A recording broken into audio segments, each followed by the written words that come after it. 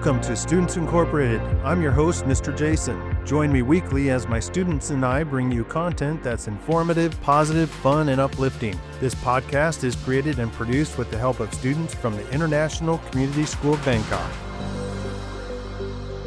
Hello everyone and welcome back. I'm Hilight and I'll be the host for this episode. We're exploring something that sits right at the intersection of creativity and logic, metaphors.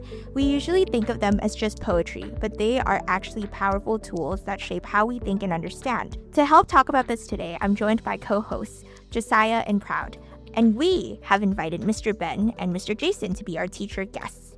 But before we jump into segment 1, let's hear our quote of the day and get our headline news. Our quote of the day comes from brilliant Leora Hale, who once said, "Metaphors don't just describe the world, they rearrange the way our minds see it."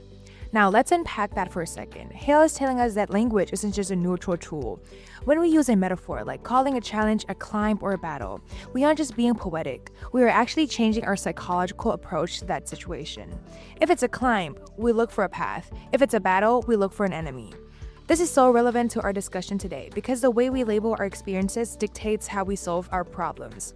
It's about the power of perspectives, and as we dive into our main topic, I want us all to think about the metaphors that we're using to describe our own lives. And that's our quote of the day. Now on to some headline news. Thank you for our quote of the day. Our first headline comes from the New York Atlantic Herald Review. A new cognitive linguistics report released by the Columbia Center for Language and Mind reveals that metaphors may influence public behavior more powerfully than direct factual statements. According to this study, people were nearly 40% more likely to support social initiatives when they were framed through metaphorical language, such as describing economic recovery as a garden that needs tending rather than a process that requires regulation. Lead researcher Dr. Serena Volkov says that findings highlight the urgent need for policymakers to understand how figurative language can subtly steer public interpretation, often without conscious awareness. Our next headline comes from Nairobi, published by the Global Education Tribune. Kenyan educators are reporting measurable improvements in student comprehension after the Ministry of Education introduced a national metaphor integration program for secondary schools. The initiative trains teachers to use metaphors to explain complex scientific and mathematical concepts, and early results shows a 22% increase in topic retention among Form 3 students. Program Director Moses Okello notes that metaphors help bridge linguistic, cultural, and conceptual gaps, allowing students to connect abstract ideas to everyday experience. Our last headline comes from Berlin, covered by the European Creative Industries Journal. German tech company Verbatech has unveiled Metaforge, an AI-powered writing companion designed to generate context-appropriate metaphors for journalists, authors, and marketing teams. The tool analyzes tones, audience, and subject matter before creating original figurative expressions, already earning attention from major European publishers experimenting with metaphor-driven storytelling. The company's CEO, Andra Rittner, said the goal is not to replace human creativity, but to help writers build fresher, more emotionally resonant language in an age of information overload. Thank you for that quote and the headlines. We are now looking at the power of metaphors, how they shape our thinking, our communication, and even our culture. Let's get started. Welcome to the show, Mr. Ben and Mr. Jason. Before we jump in, could you introduce yourself and tell us a bit about what you do here at ICS? Why, yes, of course, Proud I can. My name is Mr. Ben, and I teach high school English language arts, specifically the classes of American Literature and AP Literature. A few small facts about myself. I'm married to Mrs. Asia. She teaches K4, K5 specials. My father-in-law is the legendary Mr. Jason Weimer, and my mother-in-law is the incredible Mrs. Donnie Weimer. So this is actually my second time on the show. I'm happy to be here with you guys. Thank you very much for that introduction, Mr. Ben. Yes, I'm Mr. Jason, and usually I'm on the other side of the table. And Mr. Ben is my son-in-law, so it is fun being on the mic again with him. I teach marketing, entrepreneurship, business, and 2 other technology classes here at ICS, and help lead this podcast class. So, yeah, thanks for having me as a guest. So to start, we should probably set a baseline, Mr. Ben. In the literal sense, what is a technical definition of a metaphor? I'm glad you asked, Proud. Let me tell you. A technical definition of a metaphor is a figure of speech in which a word or phrase is applied to an object or action to which it is not literally applicable. Now, I'm sure you guys were all following that. So let me give you another one. A metaphor is an implied comparison between two unrelated things, generally succinct. Mr. Jason, definitions are one thing, but metaphors really live in the real world. Do you have a metaphor that comes to mind? Maybe one that you have heard or used before? Yeah, I kind of like the one that goes like this. I had to kind of think of different metaphors that I've used before or have heard other people use, and I thought this one was good. Laughter is the best medicine. Have you heard that before? So now the cool part of metaphors is that in a way they can help create word pictures in our minds, or maybe even take us back to a time or place where this was true in our own experience. So if you're feeling down, sad, tired, or even sick, sometimes just laughing will help you feel better, or it might even help in your recovery. And Mr. Ben, how about you? What's one that sticks with you? Yeah, I think for me it's something similar. It's stuff that has more meaning or impact for me. So one of the things that comes to mind is thinking about faith-based metaphors. So as a Christian, there's a lot of those that are found inside the Bible. So for example, you hear things like Jesus Christ is referred to as the bread of life, or the living vine, and we are the branches, the living water that you can come and drink from so that you don't thirst anymore. So those, I think, are really, really good examples of how a metaphor can capture an idea that's difficult to describe with words, or maybe even impossible to fully describe with words, but then it draws a picture. From that picture, you can really gather more meaning from it. So yeah, those were a few that stood out to me. Those are great examples. From your perspective as a teacher, how does a metaphor actually help a student understand a complex idea better than a regular explanation? Okay, this is a good question, and I've got to put this in the context of maybe this class, the marketing class. So in marketing, if you have to explain something, you are likely to lose your audience's attention if you have to explain it in great detail, right? So there's even a funny word that has developed for this called mansplaining. Maybe you've heard of this. Obviously you have. So of course this can be applied to women as well, but men do this quite well, right? Mansplain things. But if I were to teach my students how to communicate the value of something, like if we were talking to a customer, without having to explain all the small technical details and so forth, I might suggest they try to use a metaphor. I would say something like, a metaphor is the elevator pitch of an idea. This may help them understand that their marketing approach needs to be straightforward, simple, and short. If you can't communicate the value of your product or service in that short time period, you'll probably lose the attention of your intended audience. And let's just stop mansplaining things, right? Yeah, I like that. And I think it actually shows an interesting point, which is that the whole deal behind metaphors is to convey something in a quicker period of time, like Mr. Jason was saying. So you guys have probably heard the expression that a picture is worth 1,000 words. And the idea behind that is that you're trying to evoke different ideas or pictures or characteristics that surround something and put it together into a point that the reader can understand more easily. So, for example, taking it into the world of literature, let's say you want to talk about a character who's like, man, this character is cold. This character is somebody who's mean. They're trying to get out there and get people. You could describe these things. You could say they're ruthless, they're emotionless, or whatever. Or you could just say, he was a shark among minnows. Boom. Right there you have this picture that evokes this image of what a shark is like amongst the innocent or the naive. And that's kind of the point of it. It's meant to create that picture, be vivid, descriptive, rather than requiring a whole paragraph like the one that I just gave you.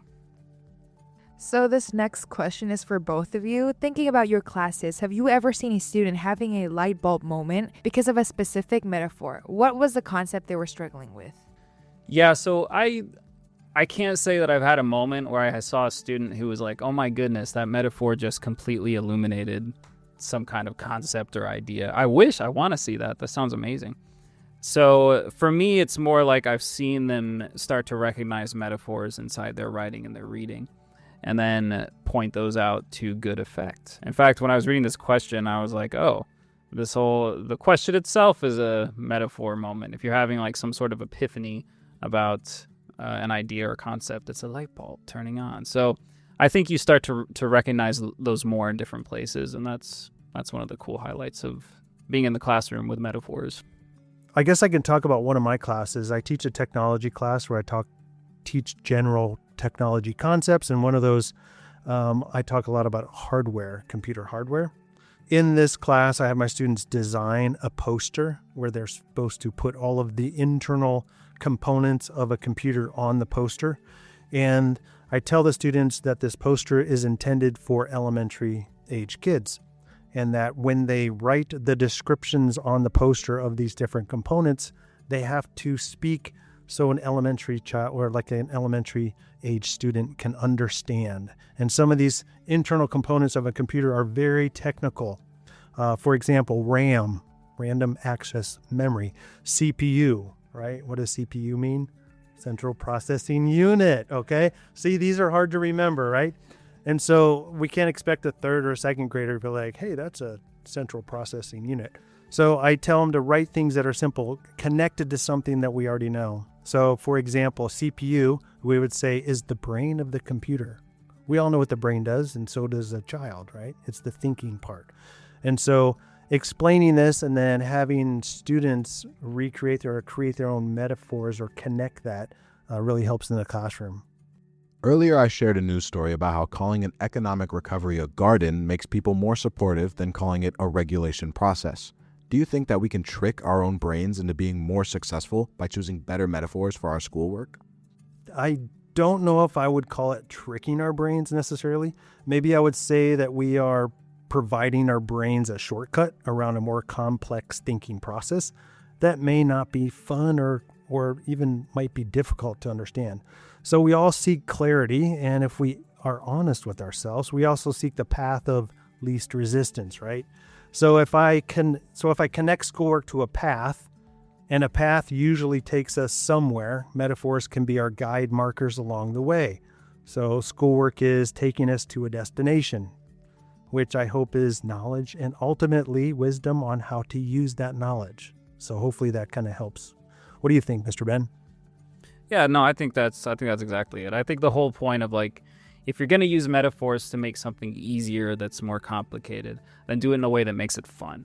So if you want to use it for homework, call it like a battle, call it a survival route. You're climbing a mountain, you're finishing a race.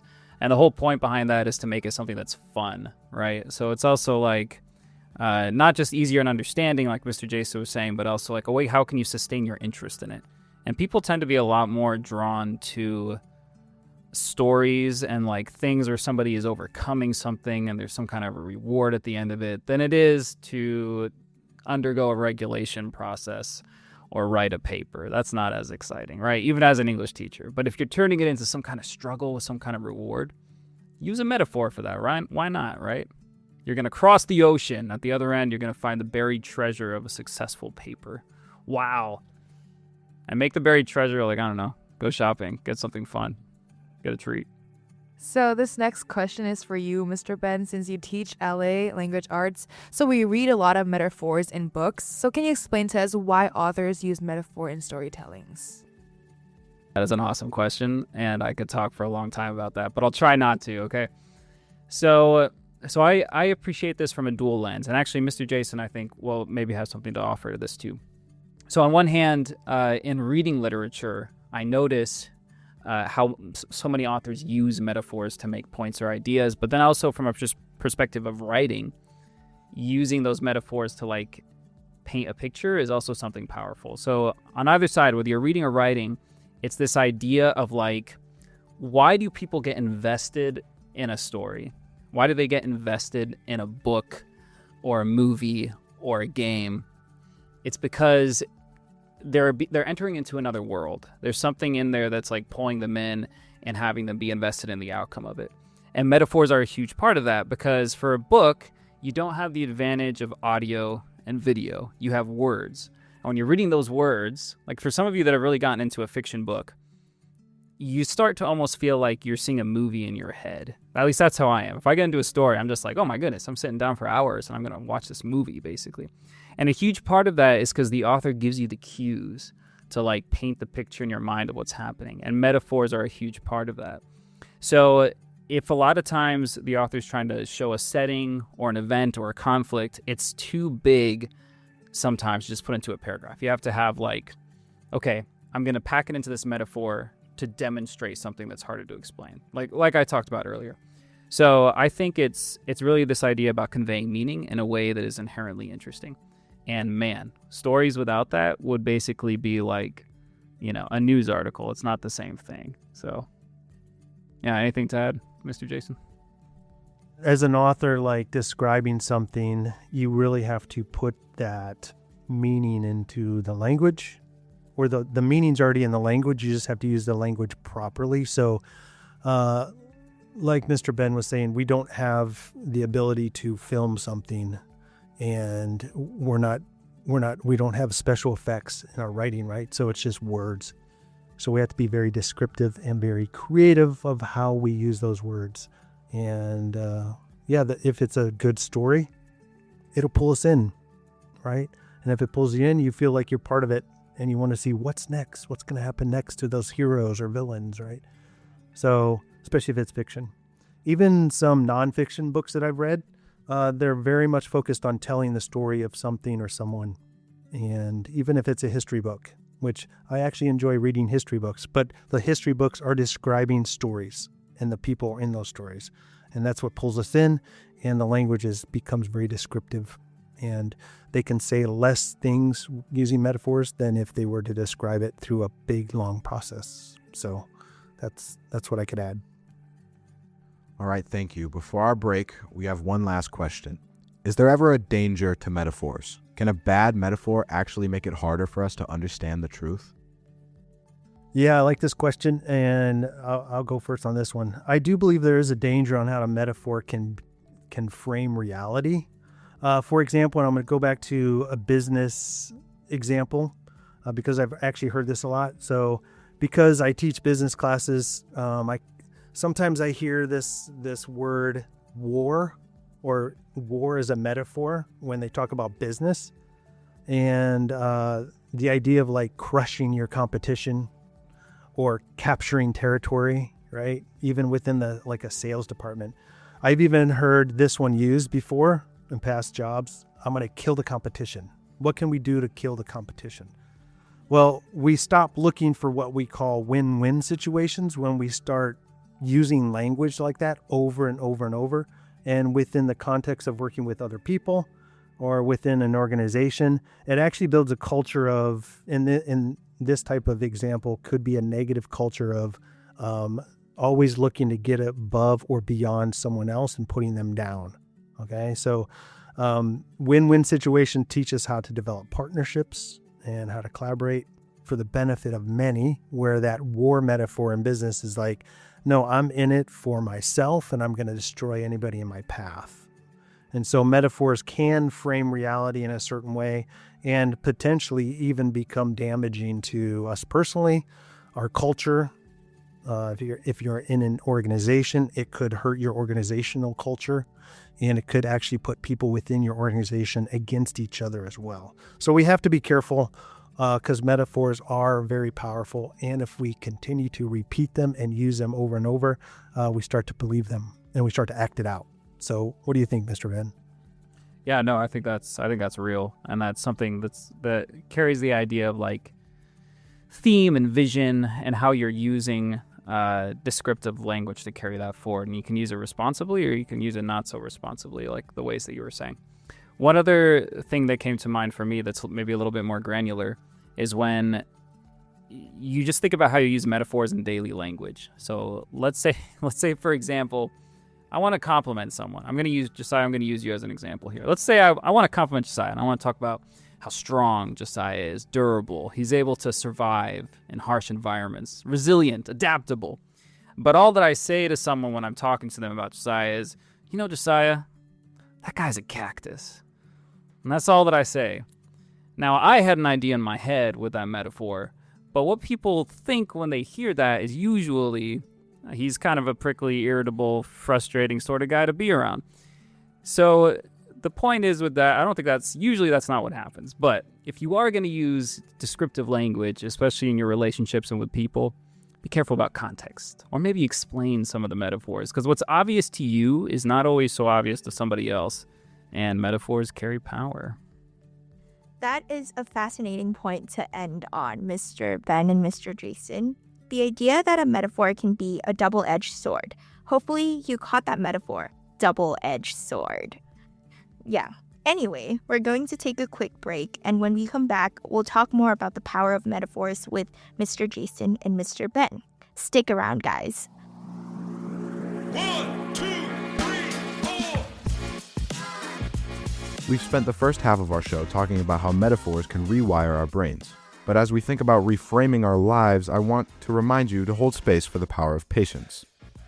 You see, we live in a world of instant results, but personal growth, it isn't a straight line on a graph, it's a journey. It's a winding mountain path where you might lose sight of the peak for a while.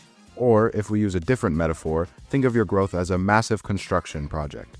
Some days are spent digging deep into the dirt to lay a foundation. It might not look like much is happening from the outside, but that foundation is what allows the skyscraper to eventually stand tall. Don't judge your process by the speed of others. Their construction site has a different blueprint than yours. Instead, focus on the small, consistent steps you take every day to build the life you imagine. Be kind to yourself when the weather gets rough, and celebrate those tiny, quiet shifts in your perspective. The metaphor for your growth is yours alone to write. You are the architect. Welcome back. We've spent the first half of the show looking at how metaphors work in the classroom and in the news. For this final segment, Josiah and Proud have put together a metaphor speed round. They've gathered some of the most famous metaphors we use in daily life, and they want to get our guests, Mr. Ben and Mr. Jason, to take on what they actually reveal about our culture. Josiah, kick us off. We use metaphors so often that we often forget how weird they actually are. We'd love to hear your thoughts about why humans rely so heavily on metaphors rather than just saying what they mean. I think really it boils down to this idea that we've been sharing in our last segment, that metaphors convey meaning better than extended explanations do. I don't think this means there's no space for those extended explanations, but you'll notice in like most academic or research papers, for example, you don't see a whole lot of metaphors because that's not what they're there for. But often metaphors fill the gap, and they give you a beautiful, multifaceted, thought-provoking way to share an idea.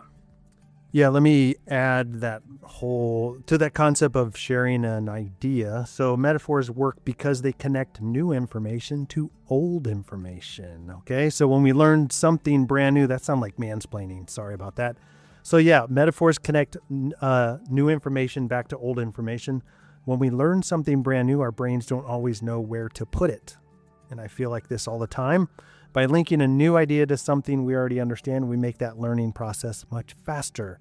So this makes the information easier to remember because the brain doesn't have to work as hard to make sense of it. You can call a metaphor a linker. Is that a real word? I'm not sure, but it is now. Okay. So building on that, metaphors often reflect what a society values. Do you think our metaphors are changing as we spend more time online and less time offline? I would say yes, definitely. Being kind of on the older area of this continuum of age in this room, our language is always changing to match the tools we use every day. In the past, people used metaphors about farming or nature because that's what they saw or that's what they did on a daily basis. I feel like today we spend so much time on devices that we naturally use terms to describe our lives. We talk about rebooting our energy or downloading information. This happens because our brains look for the quickest way to explain a feeling. And right now, the digital world is our most common point of reference. What do you think, Mr. Ben? Yeah, and I think that digital world is definitely impacting how things are coming forth in metaphors. I mean, you just look at Gen Z slang, and that's like 90% metaphors. I'm locked in. Cooking, no cap. Yeah, whatever you want to come up with, it's not 100% there, but it is for sure. It's still a dominant part of culture. In fact, I would argue that a lot of slang tends towards these kinds of metaphors because they're new, they're unexpected, and there's something that everybody could pick up really quickly. So yeah, it's coming, it's happening, and I do think that literature in social media online space differs from that you find in literature. It's usually a little less serious, but it does indicate the times and the cultures and the age groups. So All right, next we're going to test your metaphor interpretation skills. We're going to see if Mr. Ben is a real LA teacher. So, Mr. Jason, we'll start with you and give him a little bit of time. What does the metaphor, "they're a walking disaster," actually imply about a person? I hope no one has said this about me, but I think this metaphor, "they're a walking disaster," it gives me a picture of a person who struggles with just about everything and leaves a literal pile of destruction everywhere they go. It's definitely not a compliment, so unless you need that person to do something that's destructive that you don't want to do, then I don't feel like it's a great compliment. This next one is for Mr. Ben. So I've always been curious about this one because we hear it sometimes in business type situations. Time is money. What do you think about this? What do I think? I think that it equates time to a commodity. So if you think about money, it's valuable, it's limited. Time is valuable and limited. And so by comparing the two to each other, you talk about how time is precious and matters, how you spend it. All right, one for both of you. What do you guys think about "love is a battlefield"? Basically, it means I think that a relationship is defined by conflict. Okay, if you think about a battlefield, there's usually conflict that's happening somewhere on that battlefield. And there's lots of stuff on that battlefield that could be potentially harmful to either party, like hidden mines, right? Artillery pieces in different areas, the infantry running. I mean, there's lots of like word pictures you get, but I think this metaphor suggests that the people in that relationship are constantly struggling for control or dealing with a lot of like drama, possibly. Instead of the relationship being a safe place, which it should be, the metaphor makes me think that I need to avoid the landmines that are all over the battlefield because I don't want to get hurt, right? So this is definitely not the type of relationship I feel like we should be in necessarily, but I don't want to mansplain here as well. So I'll leave it at that. All right, I like that. I came away with that conclusion as well, but I actually saw something positive to it. So I saw two sides. One side is kind of what Mr. Jason was saying. It's scary, it's dangerous, you can die in it. It's kind of the harrowing side of love. But then I also think of a battlefield as places where bravery and courage and hope can really come forward because they're dark, scary places. So I see also it potentially being used as like a resilient side of love. So for me, it's maybe one of those that's double-sided. It depends on the context that you're using it in. So this next one is like some metaphors that I've never heard before is life is a sitcom. What does this metaphor mean? And you guys can both answer this question. I can start with this one. So when I heard this, this is not one that I've used normally or run across that much. But it brought to my mind the multiple meanings again. One is that, you can find like the funny side of life, the way things are random and kind of sweet, and generally they end happily. But then I was like, well, it also almost carries this sort of cynical sense to it, which is like, well, nothing has meaning. It's all a joke. There's no purpose, really. It's all a cycle on repeat. So, yeah, it's another one of those that's kind of dual-sided, which again shows context matters with metaphors. I think this life is a sitcom. I think it could define your life as a series of short, entertaining episodes rather than kind of a long, serious, connected story. If you watch sitcoms or series, sometimes they don't connect you from one episode to another. It's kind of like this 30-minute snapshot of these people's lives. And usually at the end of the 30 minutes, there's a resolution or something that positive happens, even if there's drama inside. So, I think our lives could look like that at some points, but we're kind of missing out on that idea that our lives are connected and it's not this short little episode that everything is happy and ends in a happy way necessarily. But on the other hand, there are funny moments we need to laugh at and kind of embrace those, and also just be okay with things not being resolved in a short amount of time. So hopefully that kind of maybe answers that metaphor. Here's one that students may feel during finals week. My memory is Swiss cheese. What does this mean? Because we know that people don't actually have cheese heads. Swiss cheese, I don't necessarily like Swiss cheese that much because I don't mind the holes in Swiss cheese, but I think it smells and it's pretty tangy in its taste. But when you think about Swiss cheese, or you just look at Swiss cheese, it's got holes in it, right? So there's gaps or spaces. And I feel like this metaphor is just telling us you could prepare and try to memorize things as much as possible, but at some point it's full. Your brain is full and you're just going to have holes. You're going to have places where you forget. And for students in finals, this is a long time ago for me, but I remember studying for tests, and I would study hours and hours, but I went to take a test or an exam, and I would be sitting there. I'm like, I know I studied this, but I cannot remember it. And you guys have probably been to that point, right? And so, yeah, I feel like that metaphor kind of connects that and symbolizes that. So what do you think, Ben? Yeah, same. I didn't have anything to add. Swiss cheese has holes. Mind has holes. Memory has holes. And a story. So there's one more thing we'd like to ask you both. We know that there's a difference between a metaphor and a simile. Could you describe what's the difference is? And here's our example. My brother is a pig at the dinner table versus my brother eats like a pig at the dinner table. Do you actually think there's the same meaning, or there's a difference between it? And what could the differences be?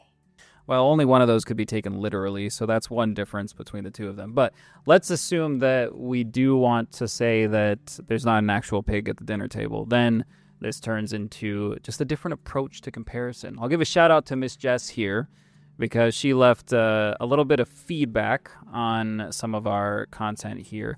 And she said that simile versus a metaphor is the idea of equating versus comparing. So a metaphor equates two things together. They are the same or similar in some way.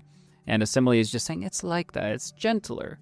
My brother's not an actual pig. He's like a pig. It softens the blow. Josiah's not a cactus. He's like a cactus. So it's that sort of idea of like they're still describing, but it's just a slightly more roundabout way of doing it. But ultimately it gets the same meaning across.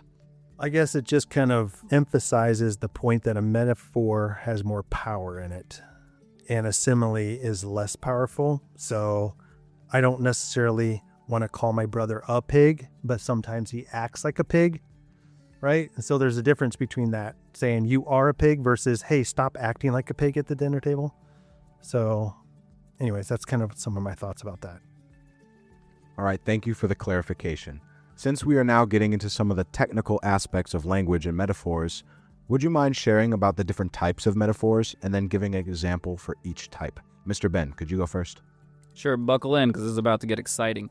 The first type of metaphor is called a standard metaphor, and it makes a direct and bold comparison. For example, my brother is a pig.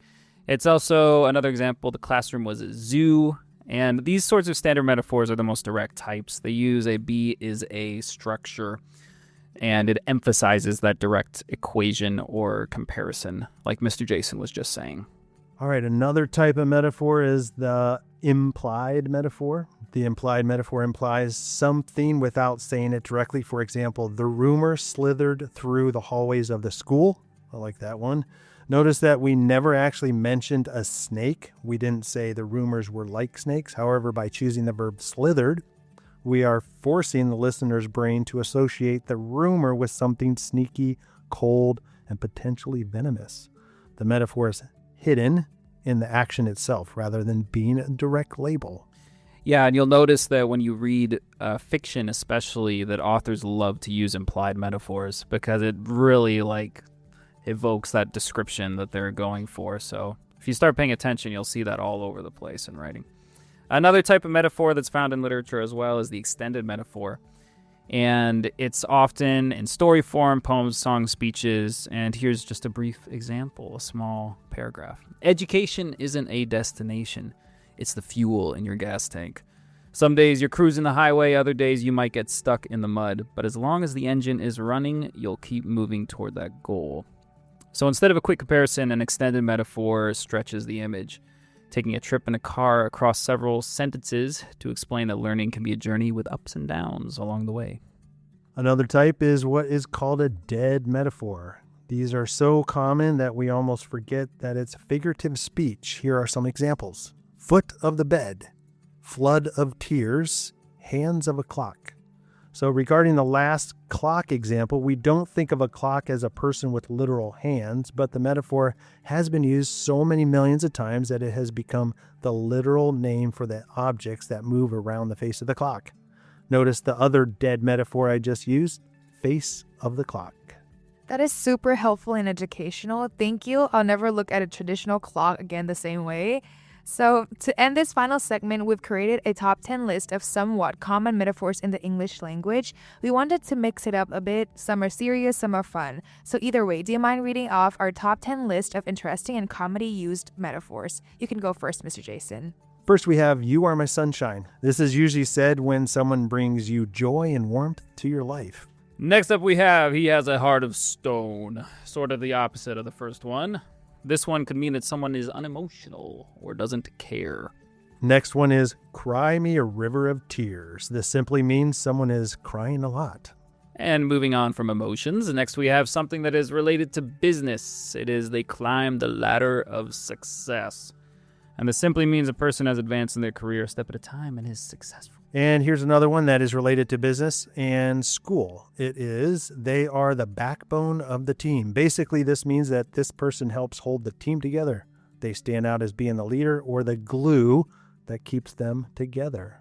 The next one, also related to school, "Knowledge is power." This simply means that learning and gaining knowledge about something provides you with strength. And next we have "They dropped the ball." This one simply means that a person made a mistake, failed, or didn't do what they were supposed to do. Maybe they were a walking disaster. Next up, we have "We're drowning in information." This simply means that we have way too much info, especially in this digital age. And this next one is fun. It is "They are two peas in a pod." This means that the two people who are being referred to are very similar, maybe in their looks, actions, and behaviors.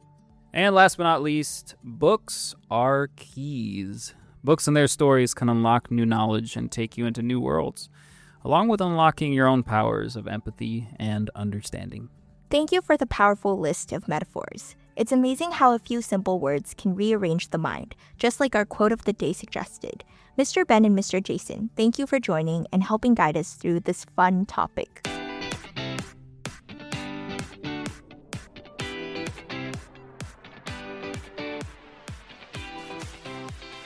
What a powerful way to end. Books are keys. It's a reminder that language doesn't just describe our world, it unlocks it. Today, we've learned that whether we are climbing a ladder or feeling like sunshine, the metaphors we choose dictate how we handle our challenges and celebrate our wins. As Proud shared earlier, these words truly do rearrange the way our minds see the world. And we hope this episode helps you find the right keys for your own journey this week. Don't forget to subscribe to the podcast, leave us a review, and be sure to tune in next time for more interesting topics and discussions that shape us. And as always, this episode would not be possible without the hard work and support of our international student production team. All music and sound effects are courtesy of Pixabay.com, a vibrant community of creatives sharing copyright-free images, videos, and music. And we are signing off until next time. We are Students Incorporated, because your voice matters.